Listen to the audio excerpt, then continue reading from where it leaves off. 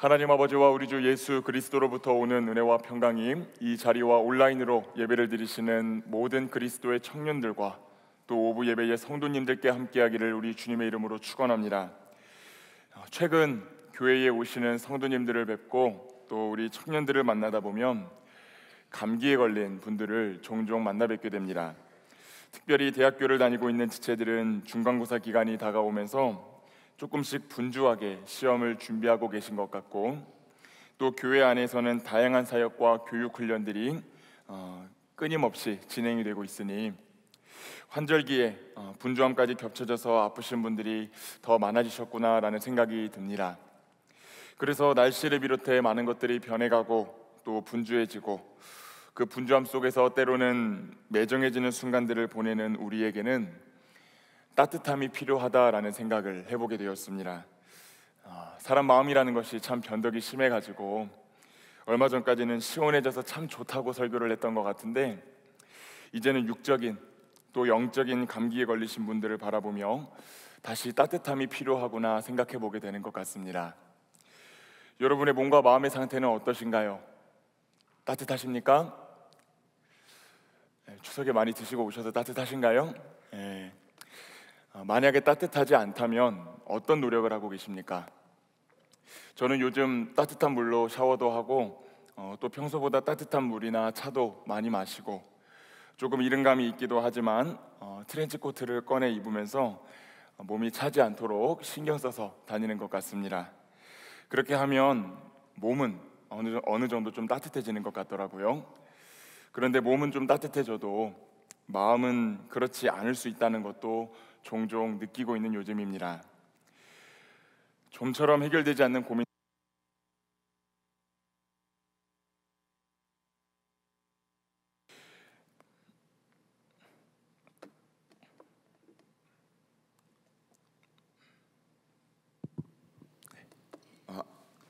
들리시죠? 네.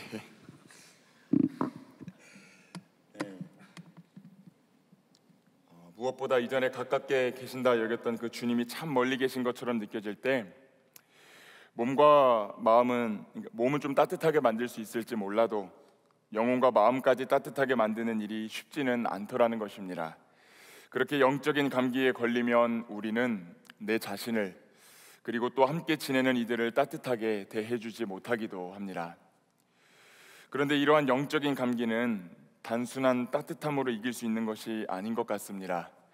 우리 육신에 든 감기는 몸을 따스하게 해주는 것으로 이겨낼 수 있지만, 영혼과 마음에 지독하게 스며든 그 독감은 따스함보다 더한 따스함으로, 즉 뜨거움을 가져야 이겨낼 수 있는 것 같습니다. 오늘 말씀을 보면 당신의 제자들에게 단순한 따뜻함이 아니라 뜨거움을 주기를 원하셨던 그 주님의 마음이 드러나 있습니다. 그래서 저도 한 주간 말씀을 묵상하며 주님이 주시고자 하는 그 뜨거움이 우리 공동체에 뜨겁게 임하기를 바라는 마음으로 오늘의 말씀을 준비했습니다. 바라기는 성령 하나님께서 우리의 마음을 열어주시고 말씀을 깨달을 수 있도록 축복하여 주시어서 함께 예배하는 저와 여러분이 뜨거워지는 그런 놀라운 은혜를 드리는 오늘의 예배가 되기를 소망합니다. 저번 주에는 가이사에게 세금 납부를 해야 되는가 그렇지 말아야 하는가에 대한 세금 논쟁 본문을 살펴보았습니다. 주지하듯 예수님을 향한 당시 종교 지도자들의 적개심은 하늘을 찌르고 있는 상황이었고, 그로부터 조금 더 시간이 흐른 후 예수님은 결국 원수들의 모함과 비방 속에서 십자가에 달려 돌아가시게 됩니다. 이후 사람들은 예수님의 시체를 내려 장사 지냅니다. 그러나 예수님은 사흘 만에 부활하셨고 사랑하는 제자들에게 나타나시어 부활의 소식을 전하십니다. 오늘 본문은 안식 후 첫날, 즉 주일에 예루살렘에서 엠마오라고 하는 마을로 내려가고 있는 두 제자들에게 예수님이 자신을 계시하신 사건을 기록하고 있습니다. 오늘 본문에는 두 명의 제자가 등장하는데, 한 명의 이름은 글로바라고 하고 또 다른 한 명의 이름은 기록되어 있지 않습니다. 이들은 예루살렘을 떠나 약 11km 정도 떨어져 있는 엠마오라고 하는 마을로 걸어가고 있었습니다. 그리고 예루살렘에서 사랑하는 예수님이 죽으신 일에 대해 비통한 마음으로 대화를 나누며 갑니다. 그런데 그러던 중 예수님께서 그 제자들에게 나타나십니다. 다 함께 누가복음 24장 15절에서 16절의 말씀을 한번 읽어보도록 하겠습니다. 그들이 서로 이야기하며 문의할 때에 예수께서 가까이 이르러 그들과 동행하시나 그들의 눈이 가리어져서 그인 줄 알아보지 못하거늘 십자가에서 돌아가신 예수님에 대해 이야기를 하며 걷고 있던 그 제자들에게 부활의 주님께서 직접 나타나셨습니다. 우리의 생각에는 그들이 바로 예수님을 알아보고 기뻐해야 될 것 같습니다. 그런데 성경은 오히려 그들의 눈이 가리어져서 예수님을 알아보지 못했다라고 전합니다. 저는 제자들의 눈이 가리어졌다는 것이 무슨 말일까? 예수님의 그 겉모습이 변하는 것은 아닐 텐데 이 눈이 가리어졌다는 것이 무슨 말일까 한번 묵상해 보았습니다. 그리고 그 말을 쉽게 풀어보면 이 정도가 될 것 같다라고 생각이 됩니다. 엉뚱한 생각, 완전 딴 생각에 사로잡혀 있었다라는 말로 풀어볼 수 있을 것 같습니다. 계속해서 엑스브리지 안에 있는 많은 청년들을 만납니다. 저는 그 중에서 어떤 지체들과 제일 많이 만날까요? 아무래도 연합회 지체들하고 제일 많이 만나게 되는 것 같습니다. 그런데 제 입으로 이런 말 하기에는 너무 뻔뻔스럽다는 것을 잘 알지만 한때는 제가 지체들을 잘 챙긴다고 생각했던 때가 있었습니다. 부족함이 없진 않지만 회의도 열심히 참석하고 진행하고 원투원도 하고 전화신방도 하고 다 했습니다. 아무튼 나름 열심히 사역을 하고 있다는 생각을 했던 것 같습니다.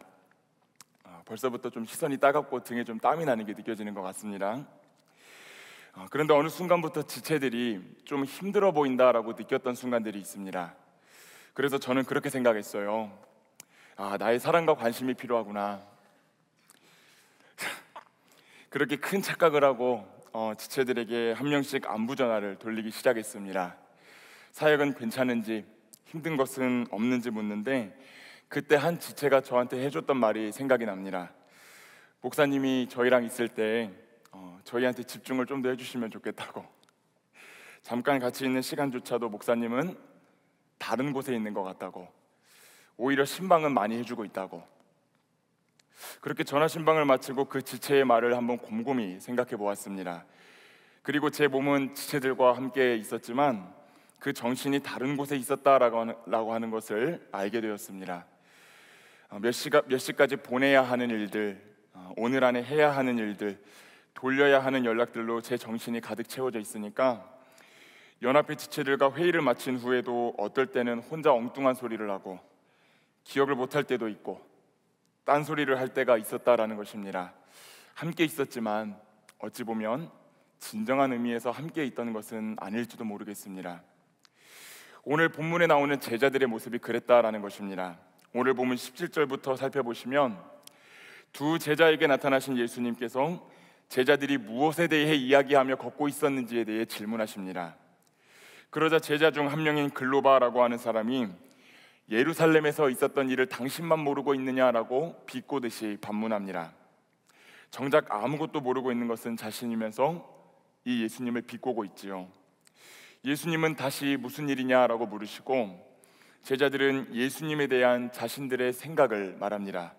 다 함께 누가복음 24장 21절의 말씀을 한번 읽어보도록 하겠습니다. 우리는 이 사람이 이스라엘을 속량할 자라고 바랐노라. 이뿐 아니라 이 일이 일어난 지가 사흘째요. 제자들은 예수님을 이스라엘을 속량할 자라고 정의했습니다. 이는 제자들이 예수님을 당시 유대를 지배하고 있던 로마를 무력으로 무너뜨리고 유대의 왕으로 군림할 존재로 이해했다라는 뜻입니다. 그러나 성경 어디에 봐도 예수님은 로마를 무력으로 무찌르고 유대의 왕이 되어 유대 민족을 위대하게 해주기 위해 오셨다라고 말씀하시지 않으십니다. 그분은 한결같이 하늘아버지의 뜻에 순종하여 고난을 받으시고 죽음과 부활을 통해 세상을 구원하시기 위해 이 땅에 오셨다라고 말씀하십니다. 그러나 제자들은 갈릴리에서 부름을 받은 순간부터 예루살렘에 이르기까지 자신의 욕심과 욕망을 가지고 주님을 따랐습니다.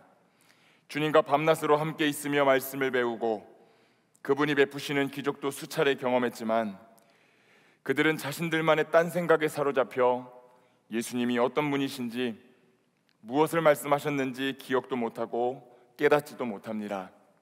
그분과 함께 있었지만 진정한 의미에서 함께 있었던 것은 아닙니다. 이렇듯 내 안에 내 뜻과 욕심으로 가득 차 있으면 예수님을 예수님으로 바라볼 수가 없게 됩니다.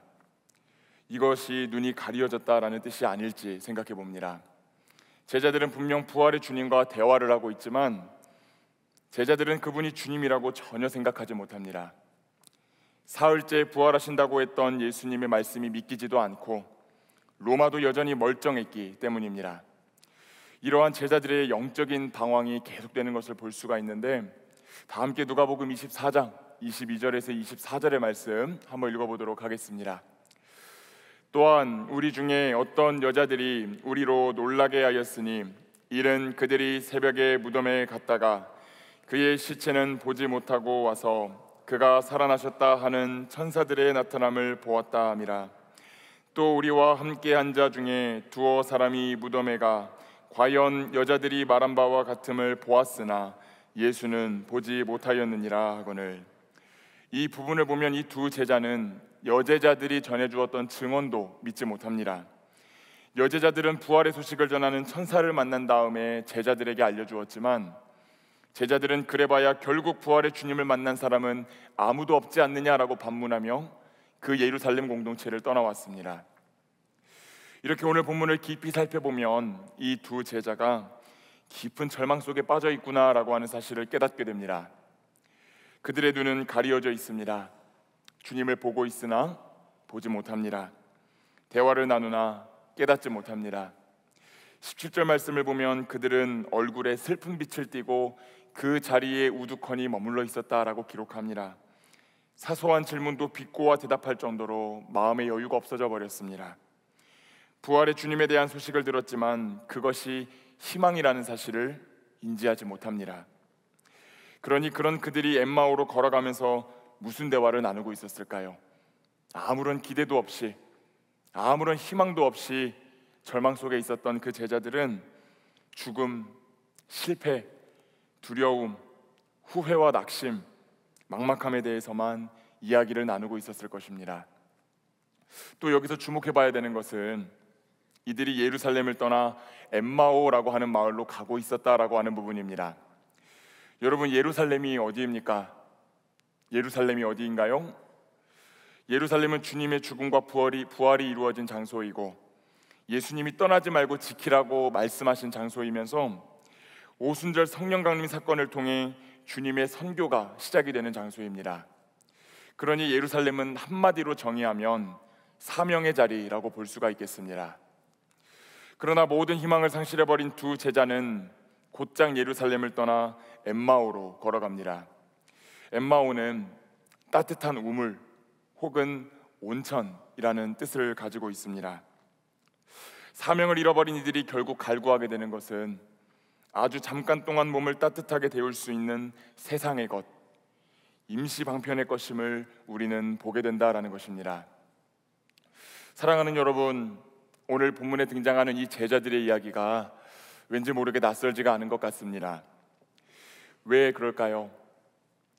우리는 이 제자들의 모습에서 우리의 모습을 발견하기 때문입니다. 주님을 믿는다고 말하며 예배도 드리고 말씀을 듣고 기도하며 주님과 함께 오랜 시간을 보냅니다. 얼핏 보면 함께 있는 것 같습니다.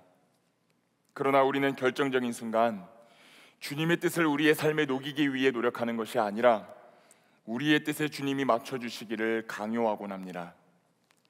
그리고 내 뜻대로 되지 않을 경우 그 상황을 주님의 부재로 정의 내리고 우리의 눈과 귀를 막아버립니다. 주님의 뜻을 들으려 하지도 헤아려 볼 노력도 하지 못합니다. 그리고 내 뜻대로 되지 않음에 절망하고 자신을 실패자라 낙인 찍으며 하나님이 맡기신 사명도 포기한 채 내 인생의 엠마오로 돌아가곤 합니다. 저는 오늘 설교를 준비하면서 이전에 한번 들려드렸던 예화를 좀 한 번 더 좀 나누면 좋겠다라는 생각을 해보게 되었습니다. 제가 7월에 들려드렸던 예화인데 숨바꼭질 이야기, 기억하시는 분들은 기억하실 것 같습니다. 제가 이전 교회에서 유년부를 담당했을 때 존경하는 목사님의 두 자제와 함께 신앙생활을 했던 적이 있습니다.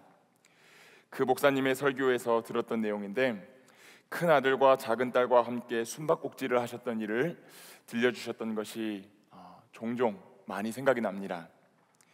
목사님은 두 아이가 어렸을 때부터 숨바꼭질을 자주 하셨다고 합니다. 목사님께서 숨바꼭질을 굉장히 잘하셨던 분인 것 같고, 아이들은 아빠를 찾다가 결국 찾지 못하자 두려움 속에서 그 자리에 주저앉아 펑펑 울곤 했다고 합니다. 어쩌면 그 어렸던 아이들의 아빠를 향해 갖고 있던 그 태도가 오늘 본문에 나오는 제자들의 태도, 그리고 우리의 태도일지도 모르겠습니다. 사실 아빠는 단 한순간도 우리를 떠나지 않고 그 아이들과 모든 순간을 함께하고 있었습니다. 그러나 아이들은 내 눈에 아빠가 안 보인다는 이유로, 이쯤 되면 내가 찾아야 하는데 찾지 못했다는 이유로 두려워하며 울고 그 놀이를 포기합니다. 그 아이들에게 있어 아빠는 내가 찾으면 찾아줘야 되는 아빠, 내가 울면 반드시 나타나야만 하는 아빠입니다. 사랑하는 여러분, 오늘 여러분이 하나님 아빠를 그렇게 생각하고 계시지는 않는지요? 주님은 언제나 여러분과 함께하고 계셨지만 눈이 가리어진 채 그분이 없는 것처럼 살고 계시지는 않으신지요? 내가 장차 고난을 통해 영광에 들어갈 것이라고, 세상에서는 너희가 환난을 당하나 담대하라고, 내가 이미 승리를 선포한 세상에서 너희가 살고 있으니 두려워하지 말라고 누누이 약속하시고 말씀하시지만, 그 말씀은 전혀 떠올리지 못한 채 눈에 보이는 환경과 상황만 보고 절망하고 부름받은 그 자리에서 엠마오로 도망치고 계신 분들은 안 계신지요? 그렇게 예수님의 제자들은 예루살렘을 벗어나 엠마오를 향해 계속해서 걸어갑니다. 어쩌면 따뜻한 우물에서 기른 물로 위안을 좀 얻어볼 심산이었을지도 모르겠습니다. 그러나 영원히 목마르지 않는 물을 주실 수 있는 예수님께서 그들을 친히 찾아오십니다. 그리고 따뜻함보다 더욱 좋은 것을 주시기 위하여 그들과 동행하시기 시작합니다. 그리고 자신 앞에서 온갖 슬픔과 절망을 쏟아내고 있던 제자들을 향해 말씀하십니다. 다 함께 누가복음 24장 25절에서 26절의 말씀을 한번 읽어보도록 하겠습니다. 이르시되 미련하고 선지자들이 말한 모든 것을 마음에 더디 믿는 자들이여, 그리스도가 이런 고난을 받고 자기의 영광에 들어가야 할 것이 아니냐 하시고, 아멘. 예수님은 제자들이 말씀을 더디 믿는 것에 대하여 책망하십니다. 그리고 그리스도께서 고난을 통해 영광에 들어가셔야 함을 누누이 이야기해오지 않았느냐라고 반문하시며, 너희가 나와 함께하고 있었을 때 들었던 그 말씀을 곰곰이 떠올려 보아라 라고 말씀하십니다. 예수님이 과거 3번에 걸쳐서 말씀하셨던 것이 있습니다. 그게 무엇인지 누가복음 18장 32절에서 33절의 말씀을 한번 읽어보도록 하겠습니다. 인자가 이방인들에게 넘겨져 희롱을 당하고 능욕을 당하고 침뱉음을 당하겠으며, 그들은 채찍질을 하고 그를 죽일 것이나 그는 3일 만에 살아나리라 하시되, 아멘. 예수님은 3번에 걸쳐 이미 자기 운명에 대해서 말씀하셨습니다.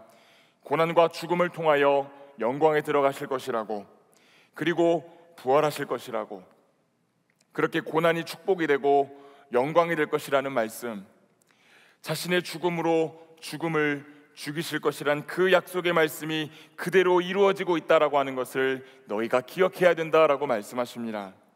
그리고 구약 성경에 있는 그 말씀들을 하나씩 자신에게 적용해가며 풀어주시면서 그 구약에 있는 모든 말씀들이 예수님의 생애를 통해 온전히 이루어지고 있음을 한 번 더 말씀하십니다. 두 제자들은 홀린 듯이 그 말씀을 들으며 나아갑니다. 때로는 탄성을 지르고 때로는 가슴을 치며 당신의 말을 들으니 정말로 깨닫게 되는군요 감탄하며 엠마오를 향해 걸어갑니다. 그렇게 어느덧 엠마오에 가까이 왔고 예수님은 길을 더 가시려고 하는 것처럼 하시며 이제 그대들의 길을 가라라고 말씀하십니다. 그러나 두 제자는 놀라운 말씀을 들려주셨던 그분과 헤어지고 싶어 하지 않았습니다. 그래서 그분을 강권하여 붙잡습니다. 때가 저물어가고 날이 기울고 있습니다. 우리와 함께 유하십시오 그렇게 그들은 예수님을 자신의 처소로 모시어 예수님을 환대합니다. 그 이후에 어떤 일이 벌어졌는지 누가복음 24장 30절에서 31절의 말씀을 한번 읽어보도록 하겠습니다. 그들과 함께 음식 잡수실 때에 떡을 가지사 축사하시고 떼어 그들에게 주시니 그들의 눈이 밝아져 그인 줄 알아보더니 예수는 그들에게 보이지 아니하시는지라. 아멘. 이 본문을 유심히 살펴보면 우리는 과거에 있었던 놀라운 기적이 현재 시각으로 다시 한번 재현되고 있구나라고 하는 것을 살펴보게 됩니다. 때가 저물어가고 날이 저물어갈 때 예수님이 떡을 가지고 축사하시고 자신을 따르는 자들에게 나누어 주셨습니다. 여러분, 어떤 사건이 떠오르십니까? 이는 누가복음 9장에 나와 있는 오병이어 사건을 떠오르게 합니다. 날이 저물고 빈들에 있을 때 굶주린 자신의 백성들을 친히 먹이시고 인도하신 그 놀라운 은혜의 사건이 주님을 환대한 제자들의 삶 가운데 다시 재현됩니다. 그제서야 제자들은 눈이 뜨이게 되어 예수님을 알아봅니다. 지금까지는 예수님이 죽으셨다 생각했지만, 부활하지 못했다 생각했지만, 한결같이 그 삶에 동행하셨던 주님, 말씀을 통해 영을 깨워주셨던 주님, 허기진 육신을 배불리시며 자신의 백성을 채우셨던 그 주님이 부활하셨구나라는 사실을 깨닫게 되니 이들이 눈이 열리게 되었다라고 하는 것입니다. 그런데 아이러니하게도 제자들이 깨닫고 나니 이 주님은 순식간에 사라지셨습니다. 예수님을 알아보지 못할 때에는 예수님이 함께 계셔 주셨지만 예수님을 알아보게 되자 그분이 사라지게 된 것입니다. 과거 제자들 같았으면 이때 슬퍼하고 절망했을 것입니다. 그러나 이제 그들은 슬퍼하지도 않고 절망하지도 않습니다. 그들의 삶 가운데 믿음이 생겼기 때문입니다. 그분은 약속을 이루시는 분이라는 믿음, 우리와 동행하시는 분이라는 믿음, 고난 영혼을 말씀으로 깨우시고 육신을 채우시어 진정한 구원으로 인도하시는 분이라는 그 믿음 말입니다. 그 믿음을 얻은 제자들의 대화가 이어집니다. 그런데 그 분위기가 반전됩니다. 다 함께 누가복음 24장 32절에서 33절 상반절의 말씀을 한번 읽어보도록 하겠습니다. 그들이 서로 말하되 길에서 우리에게 말씀하시고 우리에게 성경을 풀어주실 때에 우리 속에서 마음이 뜨겁지 아니하더냐 하고 곧 그때로 일어나 예루살렘에 돌아가 보니. 아멘. 조금 전까지 이 제자들은 엠마오의 따뜻한 물을 갈구하는 인생으로 전락했었습니다. 그러나 예수님께서 그들과 동행하시고 믿음을 허락하시니 그들이 다시 뜨거워지기 시작합니다. 다시 뜨거워지기 시작하는 거예요. 식어버렸던 그 심령의 불이 타오르기 시작했고 그들은 그 길로 다시 예루살렘으로 돌아갑니다. 그리고 제자들에게 돌아가 주님께서 부활하셨다는 소식을 전합니다. 절망 속에서 사명을 포기했던 인생들이 다시 사명의 자리로 나아갑니다. 사랑하는 여러분, 현실적으로 보았을 때 이 제자들의 아픔과 고난이 해결된 것은 아니었습니다. 주지하듯 제자들은 예수님이 로마를 무찔러 주실 것을 기대했습니다. 그러나 그 일은 일어나지 않았고 심지어 부활하신 예수님을 만난 후에도 로마는 여전히 건재했습니다. 우리의 말로 바꾸어 말하면 내 욕심과 욕망들이 이루어진 것도 아니고 내 간절한 소원들이 이루어진 것도 아니었습니다. 그러나 저는 오늘 이 부분에서 여러분들이 꼭 기억하셨으면 좋겠다라는 부분이 있습니다. 그것이 무엇이냐면 고난이 해결될 때 절망과 슬픔이 사라지는 것이 아니라 부활의 주님께서 나와 함께 하시고 나를 인도하신다는 그 믿음이 생겼을 때 이 제자들의 절망과 슬픔이 사라졌다라고 하는 사실을 여러분들이 꼭 기억하실 수 있기를 축복합니다. 아까 나누었던 그 숨바꼭질 이야기를 조금만 더 나누어 보려고 합니다. 목사님이 너무 잘 숨어버리시니까 아이들은 숨바꼭질을 할 때마다 울었다고 말씀드렸지요. 그럼에도 목사님은 한 번씩 아이들과 계속해서 숨바꼭질을 하셨다고 합니다. 그리고 아이들이 울면 바로 나가셔서 아빠 여기 있어, 왜 울어? 울지 마. 그렇게 말씀하시며 아이들을 다독이셨다고 합니다. 그렇게 몇 번 하다 보니 나중에는 이 아이들이 한참 동안 그 아빠를 찾지 못해도 울지 않았다고 합니다. 비록 눈에 보이지는 않지만 아빠가 지금 우리랑 같이 있고 우리를 지켜보고 있다는 그 믿음이 아이들에게 생기니 아이들이 더 이상 울지 않더랍니다. 오히려 그것이 놀이임을 인지하고 즐거운 모습으로 끝까지 아빠를 찾아내더라라는 것이지요. 사랑하는 여러분, 그렇습니다. 제자들 역시 로마가 무너졌을 때가 아니라 부활하시어 함께 하시는 주님을 온전히 믿게 되었을 때 그 절망과 슬픔을 극복하게 되었습니다. 그러니 오늘 우리는 우리 인생에 놓여 있는 문제를 마주할 때 문제의 해결을 위해서만 기도할 것이 아니라 그런 내 아집의 기도를 넘어서 우리 주님의 동행을 간구하고 굳센 믿음을 허락하여 주시기를 간구해야 될 줄로 믿습니다. 오늘 본문을 보면 연약하고 부족한 이 제자들의 모습에서도 우리가 배울 점이 있다라고 하는 것을 보게 됩니다. 그게 무엇인지 누가복음 24장 29절의 말씀을 한번 읽어보도록 하겠습니다. 그들이 강권하여 이르되 우리와 함께 유하사이다. 때가 저물어가고 날이 이미 기울었나이다 하니 이에 그들과 함께 유하러 들어가시니라. 아멘. 이 제자들이 잘한 것이 무엇입니까? 이 제자들이 잘한 것은 그 놀라운 말씀을 전해주었던 그 존재를 강권하여 붙잡은 것입니다.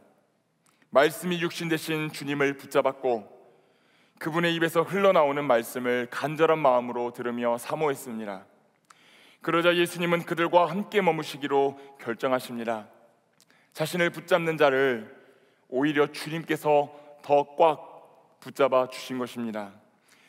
그러니 사랑하는 여러분, 오늘 여러분이 삶을 살아가실 때 다른 어떤 것이 아니라 말씀을 붙잡는 인생들이 다 되시기를 축복합니다. 신약성경 로마서 10장 17절 말씀에는 이런 말씀이 기록되어 있습니다. 그러므로 믿음은 들음에서 나며 들음은 그리스도의 말씀으로 말미암았느니라 라고 말합니다. 그러니 말씀을 듣는 자리를 정말로 여러분이 사모하시고 관심을 쏟아내셔야 된다라고 하는 것입니다. 사랑하는 여러분, 여러분은 이번 한 주 어떤 사람들을 만나고 또 어떤 사람들과 어떤 대화를 하며 그렇게 교제하며 살아오셨습니까? 저는 오늘 본문을 묵상하면서 해답을 갖지 못한 존재들이 나누는 대화에는 결국 출구가 없다라고 하는 것을 살펴보게 되었습니다. 두 명의 제자들은 엠마오로 걸어가는 길 동안 계속해서 예수님이 죽으신 것에 대해 얘기했지만 그 대화가 절망해서 그 제자들을 끄집어내주지 못했습니다. 그러니 저는 오늘 여러분에게 권면하고 싶습니다. 삶을 살아가실 때 함께 신앙생활하는 이들을 바라보실 때 자꾸 절망에 대해 말하고 자꾸 안 된다는 것에 대해 말하는 사람들과 그렇게 어울리는 것에 시간을 많이 쓰는 것이 아니라 예수님의 말씀을 더 사모하고 예수님을 어떻게 하면 더 사랑할 수 있는지를 간구하고 노력하는 그 사람들과 여러분들이 더 열심히 교제하시기를 바랍니다.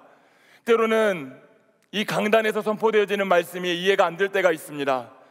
그럼에도 불구하고 그 말씀 가운데 하나님의 능력이 있고 그 능력을 믿음으로 신뢰할 때 우리의 삶이 온전히 변화되게 하여 주신다고 하나님이 말씀하여 주셨으니 때로는 힘들고 때로는 어려워도 여러분들이 말씀이 선포되어지는 자리를 붙잡으시고 선포되어지는 말씀을 사모하시고 고난이 흘러넘치는 일상의 삶의 현장에서도 하나님의 말씀을 붙잡으며 살아가게 되셔야 될 줄로 믿습니다. 그럴 때 우리의 삶 가운데 놓여있는 이 고난이 믿음 안에서 해석이 되고 주님의 충만하신 은혜로 말미암아 이것들이 속히 지나가게 되는 줄로 믿습니다. 오늘 그것을 믿음으로 신뢰하시고 하나님의 말씀을 간절한 마음으로 붙드시고 사모하시는 모든 청년들과 성도님들이 되시기를 우리 주님의 이름으로 축복합니다. 말씀을 맺겠습니다. 사랑하는 여러분, 오늘 여러분이 떠나야 할 그 엠마오는 어디입니까? 오늘 여러분이 다시 발걸음을 옮겨서 나아가야 할 그 예루살렘은 어디인가요? 저는 오늘 설교를 준비하면서 이런저런 묵상을 하는데 또 이런 생각을 한번 해보게 되었습니다. 왜 오늘의 본문은 한 명의 제자를 그 이름을 밝히지 않을까에 대한 것입니다. 이 본문을 해석한 여러 가지 주석을 보면 학자들이 이름이 밝혀지지 않은 사람은 이런 사람들이었을 것이다 라고 다양한 추측을 내놓습니다. 그러나 그 책 끝에 이런 말들이 써 있습니다. 어느 누구도 확실하지 않다. 근데 저는 그 해석을 바라보면서 이런 생각이 들었습니다. 어느 누구도 그 제자가 될 수 없다면 어느 누구의 이름이 들어가도 되는 부분이 아니겠는가, 그런 생각을 해보았습니다. 그래서 저는 이 자리에 계신 모든 분들이 그 익명의 제자의 자리에 자신의 이름을 넣어서, 자신의 존재를 넣어서 말씀을 받아보시기를 권면하고 싶습니다. 오늘은 조금만 우리 엑츠브릿지에 있는 지체들의 실명을 조금 불러보고 싶습니다. 괜찮나요? 성진이가, 원욱이가, 유진이가, 대영이가, 태연이가, 지훈이가, 선희가, 하영이가 그 인생의 엠마오를 떠나 믿음을 붙들고 다시 소명의 자리, 그 예루살렘으로 달려가더라. 모든 분들에게 그 은혜가 있기를 소망합니다. 그때 우리 주님이 우리를 향하여 이 말씀으로 저와 여러분을 축복하실 것입니다. 우리 다 함께 베드로전서 1장 8절에서 9절 말씀을 마지막으로 큰 목소리로 한번 읽어보도록 하겠습니다.